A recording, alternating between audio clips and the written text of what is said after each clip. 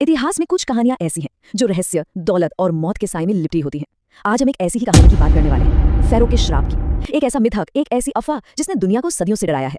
पर सवाल यह है कि इसमें सच्चाई कितनी है। चलिए आज इसी का पता लगाते हैं। कहते हैं कहानी की शुरुआत एक खौफनाक चेतावनी से हुई।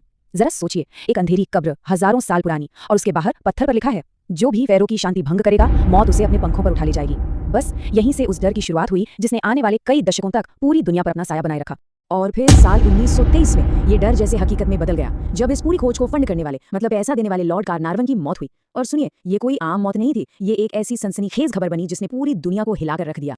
देखिए, लॉर्ड कार्नारवन की मौत के साथ ना एक नहीं, दो नहीं, बल्कि 3 अजीबोगरीब घटनाएं एक साथ हुई। पहली, काहिरा के एक होटल में उन्हें एक मच्छर ने काटा, इन्फेक्शन हुआ और उनकी मौत हो गई। दूसरी, ठीक उसी पल जिस लम्हे उनकी मौत हुई, पूरे काहिरा शहर की बत्तियां गुल हो गईं। और तीसरी, जो सबसे अजीब है, हजारों मील दूर इंग्लैंड में उनके पालतू कुत्ते ने अचानक जोर से चीख मारी और वहीं दम तोड़ दिया। अब बताइए, अखबारों को और क्या चाहिए था? हेडलाइन बन चुकी थी, मम्मी का श्राप जाग चुका है।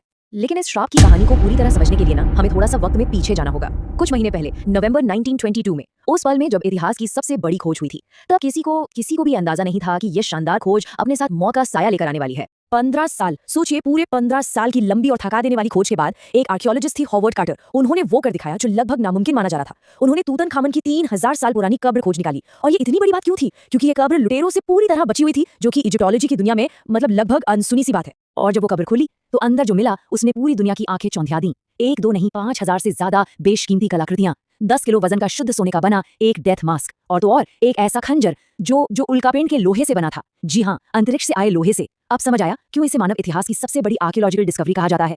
लेकिन जैसा कि कहते हैं, हर चमकती चीज सोना नहीं होती। इस बेहिसाब खजाने के साथ एक अंधेरा भी बाहर आया। तो चलिए अब वापस लौटे हैं श्राप की उस कहानी पर और देखते हैं कि कैसे ये छोटी छोटी अजीब लगने वाली घटनाएं मौतों के एक डरावने सिलसिले में बदल गईं। कहते हैं कि पहला अशुभ संकेत तो खोज वाली जगह पर ही मिल गया था। हॉवर्ड कार्टर की एक पालतू चिड़िया थी, उसे एक कोबरा ने खा लिया। और जानते हैं, कोबरा प्राचीन मिस्र में शाही परिवार का रक्षक माना जाता था। लोगों ने इसे फ़ैरो की सीधी चेतावनी माना, एक ऐसी वार्निंग जिसे हल्के में नहीं लेना चाहिए था। और बस इसके बाद तो जैसे मौतों का एक सिलसिला ही शुरू हो गया, एक के बाद एक। अगले कुछ ही सालों में इस कब्र से जुड़े 22 लोगों की मौत हो गई। 22। किसी को अजीब सा बुखार हुआ तो किसी ने खुद अपनी जान ले ली। ये एक ऐसा पैटर्न बन रहा था जिसे अब कोई भी नजरअंदाज नहीं कर सकता था। याद है, हमने बात की थी कि लॉर्ड कार्नारवन की मौत मच्छर के काटने से हुई थी, गाल पर। सुनने में तो ये आम सी बात लगती है ना? लेकिन इसके बाद जो पता चला, उसने इस आम सी वजह को एक बेहद खौफनाक संयोग में बदल दिया। जब तूतनखामन की मम्मी की पट्टियां खुली गईं, तो उसके गाल पर ठीक उसी जगह एक निशान मिला जहां लॉर्ड कार्नारवन को मच्छर ने काटा था। बस ये वो पल था जब दुनिया भर में लाखों लोगों के लिए ये श्राप अब कोई कहानी नहीं, बल्कि एक डरावनी हकीकत बन चुका था। लेकिन इस पूरी कहानी के बीच में वो इंसान कौन था जिसकी वजह से ये सब हो रहा था? मतलब कौन था ये किंग टूट?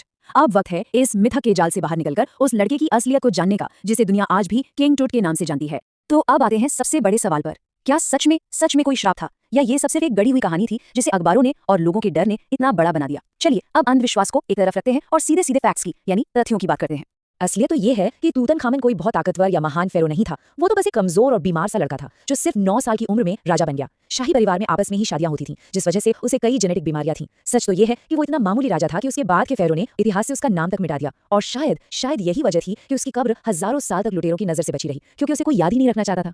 तो सवाल उठता है कि अगर श्राप नहीं था तो फिर उन मौतों का क्या, उनका क्या कारण था? चलिए अब इस पूरे मिथ को विज्ञान और सबूतों की कसौटी पर कसते हैं और देखते हैं कि सच्चाई कितनी अलग और सच कहूं तो कितनी साधारण थी। तो देखिए, असली कहानी कुछ ऐसी है। वो जो श्राप वाली चेतावनी थी ना, जिसके बारे में अखबारों ने खूब लिखा, वो असल में एक पत्रकार की मनगढ़ंत कहानी थी। ऐसी कोई बात कब्र पर कहीं लिखी ही नहीं थी। और वो रहस्यमयी मौतें, वैज्ञानिकों का मानना है कि हजारों साल से बंद कब्रों में जहरीले फंगस और बैक्टीरिया पनप जाते हैं, और जब कोई अंदर जाता है तो सांस के जरिए ये फेफड़ों में जाकर जानलेवा इन्फेक्शन पैदा कर सकते हैं। मतलब कोई श्राप नहीं, बस प्योर साइंस। और अगर अब भी कोई शक है तो श्राप के खिलाफ सबसे बड़ा सबूत सुनिए, खुद हॉवर्ड कार्टर, वो इंसान जिसने सबसे पहले उस कब्र को खोला, जिसने उस मम्मी को छुआ। वो इस खोज के बाद पूरे 16 साल तक जिंदा रहा और 64 साल की उम्र में नेचुरल वजहों से उसकी मौत हुई।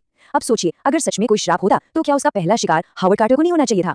तो फिर इस पूरी कहानी का असली मतलब क्या है? श्राप और खजाने की सनसनीखेज कहानी से परे इसमें एक बहुत गहरा संदेश छिपा है। एक ऐसा संदेश जो हमें जिंदगी, मौत और याद रखे जाने के बारे में बहुत कुछ सिखाता है।